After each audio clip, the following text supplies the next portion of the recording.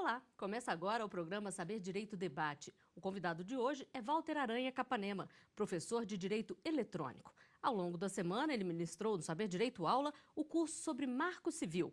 As aulas abordaram introdução e princípios, direitos e garantias, neutralidade e privacidade, guarda de registros e responsabilidade civil. Professor Walter Capanema, muito obrigada por estar aqui conosco no Saber Direito Debate. Gostaria que o senhor começasse explicando como é que o direito surgiu na sua vida. É algo praticamente hereditário. O meu pai foi desembargador do Tribunal Regional do Trabalho da Primeira Região, lidando com o direito do trabalho, e desde pequeno eu convivi com processos, com livros de direito, com a famosa CLT, né, a Consolidação do Direito do Trabalho, e você convivendo com isso, tomando gosto, você acaba tomando gosto pela justiça, pelas leis, pela doutrina, então é algo fantástico. Agora, o senhor começou como direito trabalhista. Sim, porque parece, eu comecei com o direito trabalhista, advoguei muito tempo nessa área, conhecia todos os direitos, sabia fazer todos aqueles cálculos que são incríveis e difíceis, e ao mesmo tempo eu comecei a criar um gosto pela própria informática, quer dizer, eu sou programador, gosto de conviver com computadores e procurei juntar esses dois prazeres, né? O prazer de estudar direito com o prazer de lidar com o computador. Então eu vi que o direito eletrônico era fantástico porque unia esses meus dois amores. E tem quanto tempo que o senhor trabalha com direito eletrônico especificamente? Tem 10 anos. Veio crescendo a procura, professor, por ações, por buscar justiça nessa área? Sim, porque quanto mais a internet ela chega para a vida das pessoas, mais gera repercussão. Quanto mais as pessoas começam a utilizar computador com acesso à internet, mais então nós temos redes sociais, mais temos confusão. E quanto mais confusão, mais as pessoas vão procurar acesso ao Poder Judiciário para resolver os seus problemas.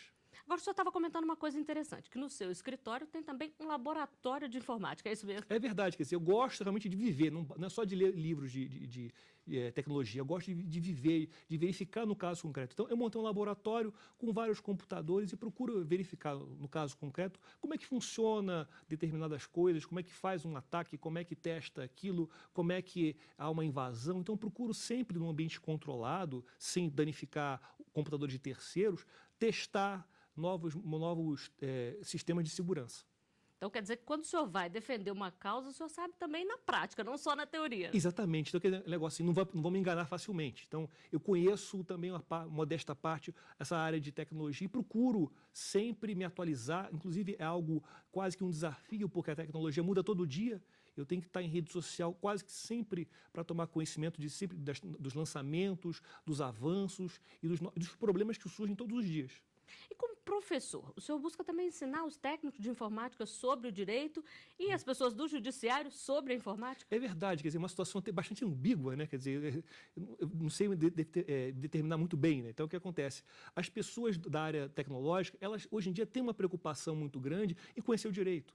Então, por exemplo, uma pessoa que trabalha com segurança, ela quer saber hoje em dia se a sua empresa pode monitorar o trabalho dos empregados. Pode o patrão monitorar o computador que o empregado utiliza como instrumento de trabalho? Quer dizer, a jurisprudência do TST admite que sim, quer dizer, faz parte da função do empregador essa tarefa de fiscalizar. E o lado do direito, ele quer entender também, os advogados, juízes, promotores, como é que funciona a internet. O que é um número IP, o que é uma conexão, qual a importância desse tal de número IP, que inclusive nós falamos bastante no curso do Marco Civil. Então, tudo isso é muito importante. Esses dois lados precisam coexistir e se complementar. E qual que é a importância, então, do número IP? Olha, boa pergunta. Então, na verdade, o número IP, o que acontece é o seguinte, quando você se conecta à internet, quando você utiliza um computador, um tablet, um smartphone, para se conectar à internet, o que acontece? O provedor, ele te dá um número, que é o chamado número IP, que com base nesse número, ele identifica o seu computador. E ao mesmo tempo que ele identifica o seu computador, ele permite que a partir desse número, ele localize o seu computador na internet. Então, você, a partir do número IP, se relaciona com outros computadores. E os outros computadores te acham na internet para esse número IP. Então, quando você visita um site, por exemplo, você deixa registrado que seu número IP esteve lá. E qual é a importância do número IP para o direito? Quando você, por exemplo, cria um perfil falso numa rede social, você visitou um site e deixou esse número IP lá. Eu posso rastrear você através do número IP. Eu vou ao computador do criminoso, do infrator, pegando o número IP. Agora, eu já estava comentando também que é muito importante ter cuidado quando a gente tem uma rede de acesso Wi-Fi, por exemplo, para evitar que pessoas cometam crimes usando o nosso IP. O senhor já falou sobre isso na aula, mas é bom a gente ressaltar, É né? importante até ressaltar isso pelo seguinte aspecto, tem a ver com a nossa segurança, quer dizer, o direito eletrônico não tem a ver apenas com o direito e lidar com tecnologia, tem também o cidadão compreender a importância da segurança do seu computador. Então o que acontece? Muitas vezes quando a gente compra o Wi-Fi, eu acho o Wi-Fi maravilhoso, né? Porque a gente nós vamos nos livrar dos cabos e com base nisso acessar a internet de qualquer maneira. Só que quando você compra um computador, um sistema que tem rede Wi-Fi, um roteador, né? O que acontece? Esse roteador ele já vem configurado para fazer um acesso aberto, sem senha. E quando o acesso à internet é feito sem senha, ele poderia permitir, por exemplo, que um criminoso estacione debaixo do seu prédio, com o carro dele, e dentro do carro dele mesmo, ele acessa a sua rede Wi-Fi e pratica um crime. E para efeitos legais, para efeitos tecnológicos, foi o computador da sua casa que praticou aquele ato criminoso. Até você provar que não foi você mesmo, você vai ter uma dor de cabeça, de se defender no judiciário. Então, é bem complexo. Então, um bom cuidado é nunca deixar a senha aberta. Exatamente. Sempre colocar uma rede, uma senha, de preferência uma senha que não seja fácil de descobrir. Ou seja, se você torce para o Flamengo, você vai colocar a senha Flamengo, ou Zico, né? Então, o que acontece? Coloca uma senha mais difícil. Professor, agora vamos falar um pouquinho então sobre o Marco Civil da Sim. Internet. O que muda com a aprovação dessa lei? O Marco Civil ele é importante por várias maneiras. Em primeiro lugar, ele define quais são os princípios que vão ser aplicados na internet no Brasil. Ele também define quais são os direitos e garantias que o usuário da internet vai ter na sua utilização no dia a dia, né? Garantindo a sua privacidade, garantindo a proteção das suas comunicações. Há, por exemplo, um direito que eu acho muito interessante, que o usuário só pode ter a sua internet suspensa com base em débito da conta da internet. Então, quer dizer, a internet é tão importante que só o débito da conta da internet vai ser suficiente para suspender. É uma garantia que a gente não tinha. E até uma garantia que a gente pode fazer um paralelo com o que a jurisprudência do STJ trazia para a energia elétrica. A energia elétrica é tão importante, tão essencial, que o corte da energia elétrica tinha que ser relacionado a uma dívida em relação à sua prestação. Isso mostra o tanto que a internet assumiu de poder na nossa vida. Exatamente. É quase tão importante, ou mais importante, do que a energia elétrica. Bom, Saber Direito Debate vai a um rápido intervalo. Nós voltamos já.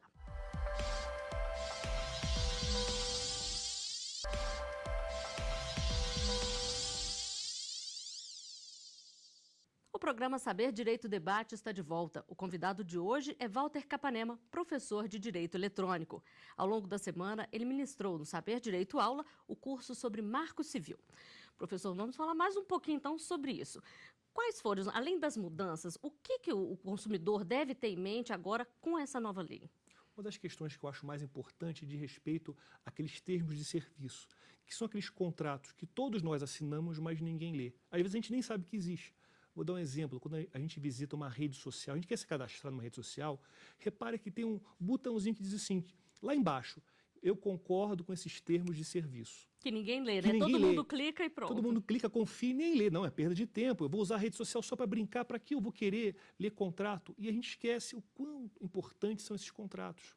Então, o Marco Civil ele diz que esses contratos devem ser escritos numa linguagem clara, devem ser transparentes, devem ser feitos de uma forma que permita a facilitação da defesa do usuário em juízo. Porque o que acontece muitas vezes é que diz o seguinte, olha, se você quiser processar a rede social, você vai utilizar o fórum da China. Mas, poxa, eu vou até a China processar a rede social?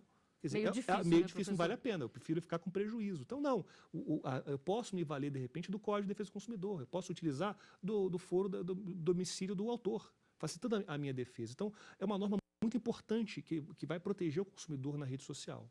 Agora, professor, o Marco Civil, ele também protege a liberdade de expressão que está garantida na Constituição Federal no artigo 5º. Como é que fica nesse ponto? E o anonimato, como é que fica? É interessante porque o Marco Civil até tinha uma previsão de tratar do anonimato, mas acabou não passando. Então, a gente acaba remetendo tanto em questão da liberdade de expressão quanto do próprio do anonimato à Constituição, porque a Constituição, lá no artigo 5º, inciso 4, ela garante a liberdade de expressão, mas tem como um dos seus limites o anonimato, ou seja, a manifestação anônima, ela não teria validade jurídica. Agora, o que eu procuro defender é o seguinte, até não deu tempo até de falar no curso, e aproveitando esse Vamos momento aqui de aproveitar você, agora, então. é o seguinte, que nem todo anonimato é ruim. O anonimato só é ruim quando ele é utilizado para a prática de um crime, de um delito. Eu quero criar um perfil anônimo para te ofender numa rede social e trazer uma humilhação.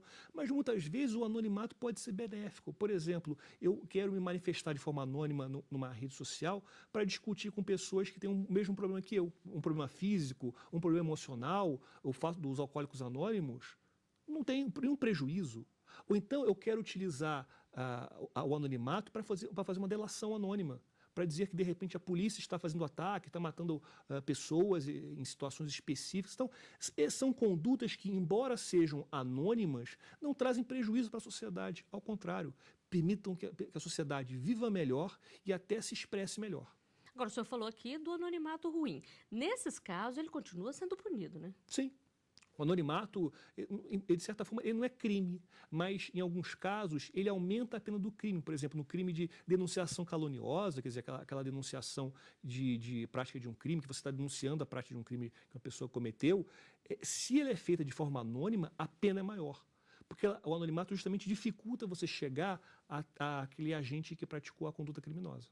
Agora a gente está falando também em liberdade de expressão. Que tipo de cuidado a pessoa deve ter para ela poder se manifestar sem atingir o direito do outro? É verdade, porque eu acho que a liberdade de expressão ela ficou muito impactada com a própria internet e a tecnologia, porque antigamente, nos anos 90, para você brigar com alguém pela internet é um trabalho muito grande. Você tinha que voltar para casa, ligar o computador, ligar o telefone, se conectar no provedor e até lá você já esqueceu de brigar com a pessoa. Hoje ele está aqui à mão, Está né? aqui à mão, o celular está na sua mão, você tira a senha, digita alguma coisa e xinga a outra pessoa. Então o que acontece? É tão rápido o procedimento de você digitar alguma coisa na internet hoje em dia que você escreve sem pensar. E quando você escreve sem pensar, há uma grande chance de bobagem. Então você vai criar confusão com outra pessoa e você acha que é uma coisa de momento, que ninguém vai perceber, que pode apagar. Não adianta. A internet, o que você escreve na internet não apaga. A internet, você escreve a caneta. Inclusive uma frase de um livro. O livro sobre o Facebook diz isso, que a internet você não escreve ela, você escreve a caneta. Não tem volta. Então, a liberdade de expressão deve ser exercida com muito cuidado e exige algo que que é algo muito raro hoje em dia, que é o bom senso. As pessoas, infelizmente, se dedicam muito a lidar com o computador, mas esquecem de atualizar o bom senso. E é primordial, né? Exatamente. E o que é escrito serve como prova em ações? Sim. Se a pessoa fizer um print ali da página, ela pode usar e levar como prova. Sim, os posts em redes sociais, os e-mails recebe, SMS, qualquer tecnologia que possa transformar num documento pode sim ser utilizada como prova. Não tem problema nenhum. Professor, e quando a gente fala do Marco Civil, a gente estabeleceu uma legislação aqui no Brasil. E se uma pessoa de outro país infringe essa lei, o que pode ser feito? Na realidade, o Marco Civil ele vai levar em consideração não só onde a pessoa está, onde a empresa ela está sediada. Ele vai levar em consideração principalmente se essa empresa ela tem alguma relação com o brasileiro. Não importa se ela está em outro país. Se ela tem uma relação com um brasileiro, se ela oferece um produto a um cidadão brasileiro, o Marco Civil vai se estender a ela. Só que o grande problema é você depois aplicar a lei num processo judicial. Porque é o seguinte, a empresa está sediada no estrangeiro, então você vai participar de todo um procedimento burocrático, né? A citação vai ter que ser através de uma carta rogatória, a carta rogatória vai ter que traduzir, vai ter que ter um tradutor juramentado que vai traduzir a petição inicial. Então, quer dizer, vai ser muito complexo e custoso você chegar até aquele estrangeiro que infringiu o Marco Civil. E quando a gente fala da legislação brasileira, ela é compatível, é superior, é inferior a outros países? Olha, o Marco Civil, o que ele tem realmente de interessante, que eu até entendo que ele é superior, é que ele trata da neutralidade. Quer dizer, a neutralidade que está prevista no artigo 9º, ela garante aí que os provedores de conexão à internet, eles devem aí garantir que não haja discriminação. É como se fosse a aplicação do princípio da isonomia no mundo digital. O provedor não pode discriminar nem estabelecer preferência para um conteúdo. Os conteúdos têm que ser tratados iguais. Os dados devem ser tratados de forma igual na internet. Agora, o Brasil foi buscar inspiração em legislação de outros países também? Sim, a Holanda, o Peru, até a doutrina americana trata sobre a neutralidade. Inclusive, a ideia da neutralidade veio de estudo de um professor de direito americano. Agora, a gente pode dizer que o direito eletrônico ainda é uma área nova, professor? Sim, é uma área nova porque a internet como um todo, ela é recente. Ela é recente para a gente, quer dizer, enquanto você tem um direito comercial, o Código Comercial de 1800 e alguma coisa, o direito eletrônico a gente pode dizer aí que surgiu com a internet no Brasil em meados dos anos 90. Então, é algo muito recente e é algo que muda sempre, porque há 5, 6 anos, 10, 15 anos atrás não tinha rede social. Agora tem rede social. Agora, o que tem agora no futuro? A gente vai ter agora a internet das coisas, ou seja, a geladeira tem acesso à internet, você pode ter porta de garagem com acesso à internet, que você abre a porta de garagem com a internet, através da internet. E podem surgir problemas. Por exemplo, um criminoso pode invadir a sua geladeira e instalar um vírus na sua geladeira. Olha que absurdo, já aconteceu isso. Então, quer dizer, algo que aparentemente é ficção curioso, científica, né? mas já pode acontecer. Então, o que acontece? Quanto mais coisas a gente vai ter ligadas à internet, mais relevância esse assunto vai ter para a nossa vida. Então, eu acho que o direito eletrônico até vai acabar, porque o direito eletrônico ele vai acabar tendo inserido no direito de família, o divórcio por traição por internet, por exemplo. O direito eletrônico ele vai estar inserido nos outros ramos do direito. Não vai ser algo estanque, separado. Ele vai fazer parte de tudo. Hoje já acontece um pouco disso, professor? Eu acredito que sim, eu acredito que sim. Ainda ele, de forma acadêmica, ele é estudado como algo diferente, mas ele é ligado a todos os ramos de direito. Em qualquer assunto do direito, seja o direito tributário, direito penal, direito constitucional, você pode encaixar o direito eletrônico. E quem trabalha com essa área tem que estar em constante atualização, então, né? Exatamente, porque sempre tem uma novidade, sempre tem um assunto novo, sempre aparece uma falha de segurança, que a gente tem que conhecer e saber lidar com isso. E nós vamos falar mais sobre essa constante atualização no próximo bloco. O Saber Direito Debate volta já.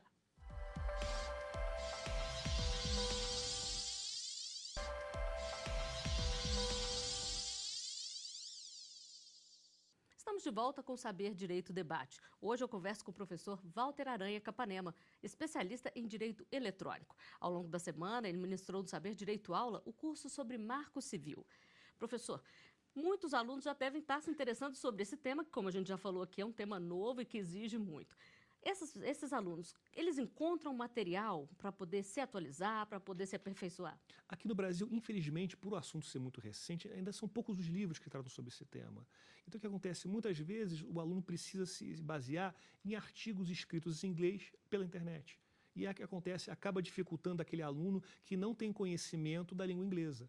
E até já uma sugestão, se você se interessa por direito eletrônico, você tem que ter um conhecimento, ainda que razoável, do inglês. Mesmo que você saiba só para ler, não precisa nem saber falar, mas mesmo que você saiba ler, já é suficiente para você tem que saber traduzir ali, né? Traduzindo, se for parar né? para traduzir num dicionário, não vai adiante. Mas você nunca, né? não use dicionário, senão você vai levar até lá já lançou outra ferramenta de internet. Então, vale a pena você ter um conhecimento. Inclusive, outra sugestão, o direito eletrônico, eu acho a grande beleza dele não é só que lida com tecnologia. Ele é uma parte do direito que ele é multidisciplinar. Quando você estuda direito eletrônico, quando eu coordeno um curso de direito eletrônico lá no Rio de Janeiro, eu sempre procuro trazer para meus alunos uma visão interdisciplinar. E o direito eletrônico você tem que ter conhecimento, às vezes, de psicologia, de educação, de economia, de história. Tudo isso é importante, porque às vezes no direito a gente fica muito preso ao próprio direito, à lei, à doutrina, à jurisprudência, que são importantes, mas não é tudo. A gente precisa ter um conhecimento, ainda que superficial, da realidade, de entender como a nossa realidade tecnológica funciona. Isso é que torna a vida maravilhosa. Ver que a vida não é só o direito, a vida tem outras coisas fantásticas também. E está ligado a tudo na nossa vida, como o senhor disse que o direito eletrônico vai estar um dia. Exatamente, né? Exatamente. Agora, professor, conhecido pelo direito eletrônico, como o senhor mesmo migrando para essa área? Sim, porque é o seguinte, surgindo leis que digam respeito à tecnologia, nós temos o Marco Civil, nós temos aquela chamada Lei Carolina-Dickmann, que estabelece a invasão de computadores, né? Então, surgindo essas leis sobre tecnologia, os alunos vão se interessando. Os alunos que gostem um pouquinho de tecnologia vão procurar, querem entender qual a importância da rede social, quais são os problemas jurídicos que uma rede social pode trazer, e são imensos. Então, tudo isso tem importância e eu fico muito feliz em ver que alunos meus também já são professores. É muito bom isso. Bom, eu gostaria de saber um pouquinho do que o senhor recomenda para os alunos, mas vamos começar por esse livro que o senhor trouxe aqui. Sim. Sem Lugar para se Esconder. que o senhor pode dizer para a gente sobre esse livro? Esse livro, ele só reforça que realmente o direito eletrônico ele é interdisciplinar. Ele não é um livro de direito. É um livro, basicamente, é um relato jornalístico de como o autor dele, o jornalista Glenn Greenwald, ele entrou em contato com Edward Snowden, que foi aquele funcionário de uma instituição americana, da NSA, que ele revelou que existe um grande complô de espionagem no mundo. Então, se o Marco Civil quer garantir nossa privacidade, é bom a gente entender como o governo americano atua para violar a nossa privacidade. Ele é interessante porque ele não é só um livro de jornalismo, é um livro também de tecnologia. Ele mostra, inclusive, os slides que o governo americano usava para treinar os seus funcionários. Então, é fantástico. E é um livro de fácil leitura? Sim. Todo mundo consegue entender direitinho? Sim, de repente na parte tecnológica a gente às vezes tem um pouco de dificuldade, mas eu não tem problema, porque eu também tive. Então eu acho que estamos juntos nessa missão, então não tem problema. Agora, tem um outro livro que o senhor trouxe aqui, que é de autoria do senhor, O Sim. Spam e as Pragas Digitais. Sim. De que trata esse livro? Esse livro trata justamente da questão do spam, quer dizer, o spam é importante porque o Brasil já foi um dos países que mais envia o spam no mundo. O spam é o envio de mensagem eletrônica não autorizada. Então o que acontece? Muitas vezes você se cadastra num site, esse site pega o seu e-mail, violando sua privacidade e envia mensagens publicitárias para você. Isso eu procuro trazer no livro, que é uma violação gravíssima da nossa privacidade e que, de certa forma, dificulta a internet, porque eu verifiquei numa pesquisa que quase 90% de todo o tráfego de mensagens na internet é de spam. É como se a internet ela fosse uma grande rodovia que só tivesse spam. Ou seja, além de nos incomodar, ele atrapalha também o nosso ato de trafegar na internet. Exatamente. E como que a gente pode se prevenir, professor? Em relação ao spam, é muito importante, em primeiro lugar, a gente vai sempre receber spam. E o spam, ele tem uma mensagem, o e-mail de spam, ele tem lá embaixo uma mensagem que é até maliciosa. Se você não quer mais receber esse e-mail, clique aqui para se descadastrar. Nunca faça isso. Nunca faça isso, porque quando você clica, você está dizendo que você leu a mensagem, você publicou o alvo.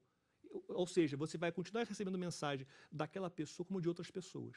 Jamais clique em links que você tenha recebido na internet. Então, é muito comum hoje em dia aparecer um e-mail falso dizendo assim, olha, isso aqui é uma nota fiscal, clique aqui para você ler a nota fiscal, para você atualizar as chaves de segurança do banco. Não clique nisso. Fala muito também que você está sendo alvo de uma investigação da Polícia Federal, as pessoas ficam com medo e acabam clicando. A pessoa na dúvida, né?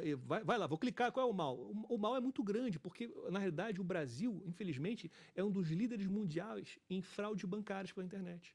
Quando você clica nesse tipo que é um tipo de spam, você instala no seu computador um programa que ele vai monitorar suas comunicações e quando você entrar num site de banco, ele vai procurar descobrir a sua senha e sua conta. E com isso o criminoso tem acesso e tira o seu dinheiro mais adiante. Professor, e quais os outros livros o senhor indica para quem está nessa área? Assim, um livro que eu acho que é fundamental, o livro do ministro Gilmar Mendes, o curso de Direito Constitucional. E eu até faço aqui trago aqui uma ideia, que é o seguinte, os livros de Direito Constitucional, o estudo de Direito Constitucional, melhor dizendo, ele se dedica muito ao controle de constitucionalidade. Eu acho que os alunos, hoje em dia, devem se preocupar mais ainda, não com o controle, mas com a liberdade de expressão, com a privacidade, com a intimidade, que estão previstos na Constituição e que vão ganhar um relevo especial na internet. Porque a internet vai exigir que a gente reinterprete o que é privacidade, o que é intimidade, o que é liberdade de expressão. Eu também recomendo o livro Tutela da Privacidade na Internet, do professor Marcel Leonardi. Ele talvez seja um dos grandes especialistas desse assunto. E é um livro que, de certa forma, explica o que é privacidade, o que é intimidade, como é que funciona, quais são as normas cabíveis. Então, é realmente um livro que eu recomendo muito. E quais são as dicas para os estudantes dessa área, além de ler muito e se atualizar sempre? Ter curiosidade. Eu acho que o ramo do direito eletrônico, por ser algo muito novo, é que você tem curiosidade de questionar, de pensar, de estudar, de ver vídeos. Então, hoje em dia, a gente tem várias plataformas de cursos online, vários sites de vídeos. Então, hoje em dia tem vários cursos online. E até, se você me permite, posso falar do meu site? Eu tenho meu site, waltercapanema.com.br, que eu hospedo lá vários vídeos, várias palestras que eu já ministrei. Então, é muito interessante, de repente, se você gosta do assunto, se eu puder dar uma contribuição, as minhas palestras também são lá gratuitas, não tem nada para pagar. E para o cidadão comum, que quer entender um pouco mais, até para se proteger também, qual é a dica, professor? A primeira dica seria o seguinte, o cidadão precisa ter conhecimento da sua segurança na internet. Não sair clicando em qualquer coisa, tomar cuidado com o que falar, ter bom senso. Quer dizer, eu acho que o bom senso é o mais importante. Algo que você não falaria em público, não vai falar pela internet. Porque falar na internet é falar em público. Pense sempre na repercussão dos seus atos. Será que essa foto, recentemente, uma enfermeira colocou um vídeo rindo quando um jogador de futebol passou numa marca? Será que isso é sensato? Então, é claro que não. Quer dizer, até algo que mostra até uma certa desprezo pela condição de sofrimento de uma pessoa. A gente não pode fazer isso. Mas, infelizmente, a gente está tão maravilhado pela tecnologia que a gente acaba fazendo. Então, é sempre ter um antivírus. E uma coisa também que é quase que sagrada, que as pessoas não respeitam, fazer cópia de segurança de tudo. Porque o computador falha. Então, quando ele fala, você vai perder os seus dados, os seus trabalhos escolares, de faculdade, sua declaração de imposto de renda e não ter recuperação. Então, sempre faça a cópia de segurança. E a gente precisa ter esse cuidado, já que a gente depende tanto do computador. Cada vez mais. Professor Walter, muitíssimo obrigada pela participação aqui, pela participação ao longo da semana do Saber Direito. Muito obrigado. O Saber Direito Debate fica por aqui. Eu agradeço a sua companhia. Continue conosco na TV Justiça. Tem dúvidas sobre o assunto? Mande um e-mail para nós, saberdireito@stf.jus.br. Você também pode estudar pela internet. É só acessar o site www.tvjustiça.jus.br.